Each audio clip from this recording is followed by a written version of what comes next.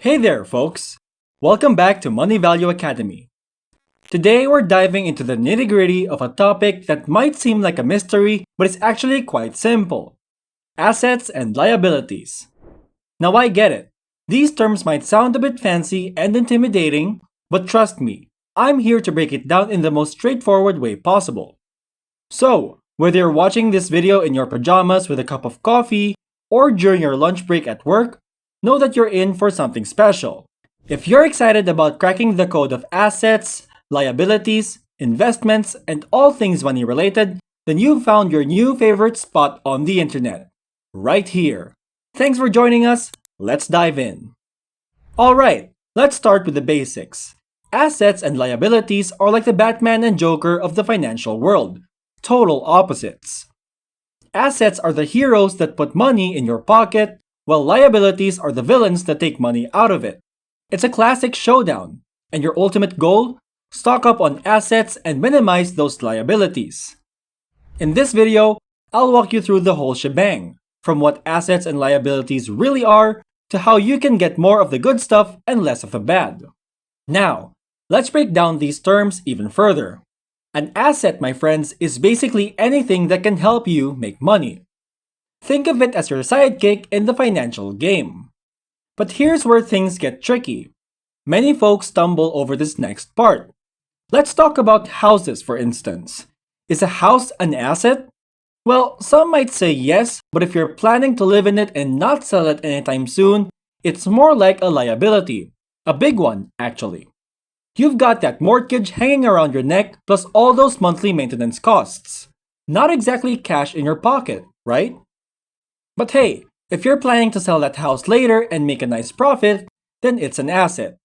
See, assets can also be investments, things you put money into with the hope of getting more money out later. Stocks and bonds, for instance, fall into this category. You buy them and they either pay you dividends over time or you sell them when their value goes up.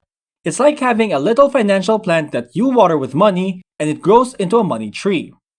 Now, let's talk cars. Are they assets? Well, it's a bit of a gray area. If you're buying a brand new car, its value drops like a rock the moment you drive it off the lot. So not exactly an asset that's putting money in your pocket.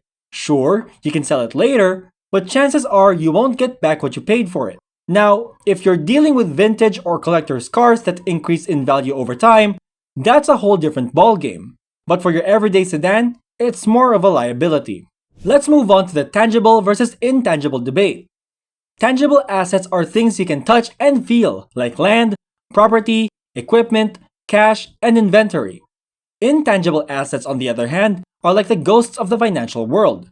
They're real, but you can't touch them. Think brand names, patents, and copyrights. They're valuable, but in a different way. Alright, here's where the plot thickens. Real assets versus financial assets. It's like choosing between two different superpowers. Real assets have their value backed in, kind of like their true essence, regardless of the market's ups and downs. Financial assets, on the other hand, get their value from how much they can be sold for in the market. It's like trying to predict the stock market's next move. A bit tricky. Take stocks and bonds, for example. They're financial assets that can be easily bought and sold, but their value is like a roller coaster, going up and down with market trends. Now, let's tackle the mother of all assets. Stocks. Don't worry, I'm here to make it super simple. Stocks are like owning a tiny piece of a company. Imagine you're buying just one brick of a house. That brick represents your stock. The more bricks you own, the bigger your ownership stake. And that might even come with voting rights in the company's big decisions. You've got two major ways to make money with stocks: capital gains and dividends. Capital gains are like watching your little brick grow in value over time. You buy low and sell high, pocketing the difference. But remember, the market isn't always a smooth ride. It can be a roller coaster of highs and lows. If you're in for the long game and can stomach the ups and downs, this might be your path. Dividends, on the other hand, are like getting a slice of the company's profits. It's as if your brick is paying you rent for being part of the house. The more bricks you have, the bigger your slice of that pie. These payouts can be yearly, quarterly, or twice a year, like a little bonus for your investment. Let's talk real estate. Now, this is where it gets interesting. Owning a home you live in might not be an asset in the traditional sense, especially if you're not planning to sell it. But hey, if you're savvy enough, you can become a real estate superhero. Imagine finding underpriced properties, those diamonds in the rough with potential. You swoop in, fix them up, and then either sell them for a profit or rent them out for a steady stream of income. Of course, not everyone has the capes for real estate adventures. But don't worry, you can still play in the game through REITs, real estate investment trusts. REITs are companies that own, operate, or finance income generating real estate in various sectors such as residential, commercial, industrial, or even specialized properties like hospitals or hotels. They were created by Congress in the 1960s to give investors the ability to invest in large scale, income producing real estate without needing to buy, manage, or finance properties themselves. Think of them as financial wizards who manage real estate for you. You invest, they do the hard work, and you get dividends in return. Lastly, let's talk about an asset that's not so obvious: knowledge. Yep, learning is an asset, especially if you're equipped with skills that businesses need. Imagine you're running a marketing company. You hire the best salespeople and content creators who bring in profits.